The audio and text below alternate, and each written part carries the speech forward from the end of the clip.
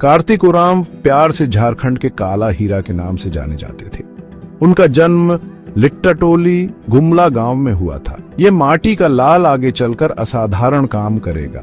उनकी कहानी शुरू होती है आदिवासी झारखंड के बीच से। उनका जन्म 29 अक्टूबर 1934 को हुआ था। छोटी उम्र से ही कार्तिक के पास एक तेज दिमाग और ज्ञान की प्यास थी।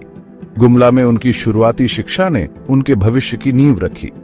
फिर वह पटना साइंस कॉलेज चले गए, जहां उन्होंने 1942 में अपनी इंटरमीडिएट की पढ़ाई पूरी की। उनकी शैक्षणिक प्रतिभा चमक उठी। कार्तिक उरांव केवल एक विषय में ही खुश नहीं थे। उन्होंने पूरे जोश के साथ इंजीनियरिंग की पढ़ाई की। अमेरिका और यूनाइटेड किंगडम के प्रतिष्ठित संस्थानों से कई डिग्रियां हासिल की। ज्ञान की उनकी खोज का कोई अंत नहीं था। उन्होंने लंदन में कानून की डिग्री भी हासिल की और बैरिस्टर बन गए। कार्तिक उरांव विदेश में आराम और प्रतिष्ठा का जीवन चुन सकते थे, फिर भी उनका दिल अपने वतन के लिए तरस रहा था। उन्होंने भारत की पुकार सुनी, एक ऐसा देश जो तरक्की के कगार पर था। कार्तिक उरांव की इंजीनियरिंग प्रतिभा दुनिया के सामने आई। उन्होंने यूनाइटेड किंगडम में हिंकले पॉइंट एटॉमिक पावर स्टेशन के निर्माण में महत्वपूर्ण भूमिका निभाई।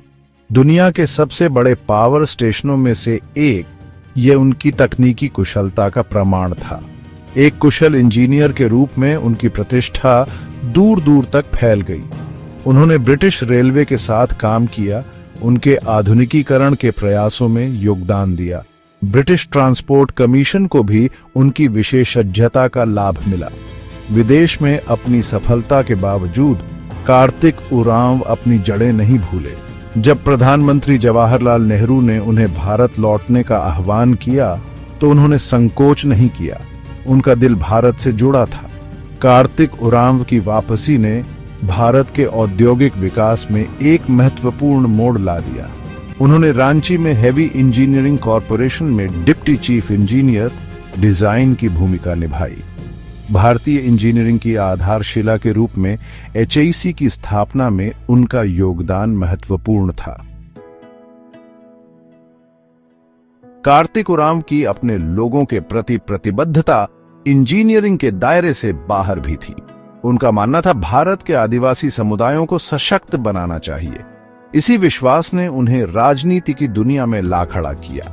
वे 3 बार संसद सदस्य चुने गए, जो लोगों के उन पर विश्वास का प्रमाण है। हाशिए पर रहने वालों के अधिकारों की वकालत करते हुए संसद में उनकी आवाज गूंजी। उन्होंने विधानसभा के सदस्य के रूप में भी काम किया, जिससे लोगों के साथ उनका रिश्ता और मजबूत हुआ। विमानन और संचार मंत्री के रूप में उनका कार्यकाल हालांकि संक्षिप्त था, लेकिन उनकी प्रशासनिक क्षमताओं को प्रदर्शित करता है। आदिवासी कल्याण के प्रति कार्तिक उरांव की प्रतिबद्धता अटूट थी। उन्होंने अखिल भारतीय आदिवासी विकास परिषद की स्थापना की।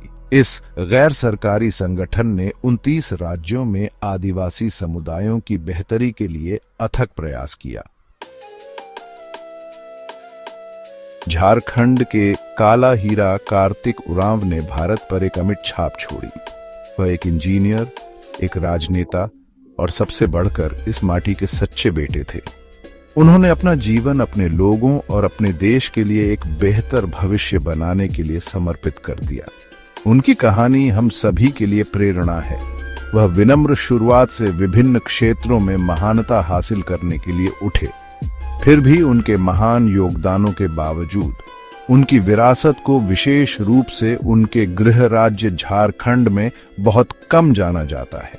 उनके नाम पर कोई बड़ी योजना या पहल नहीं है।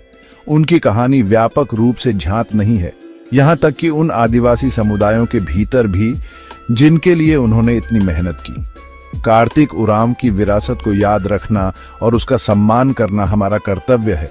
हमें उनके योगदान को स्वीकार करना चाहिए और उनके जीवन से प्रेरणा लेनी चाहिए। झारखंड के काला हीरा हमारे देश के इतिहास के पन्नों में सम्मान का स्थान रखते हैं।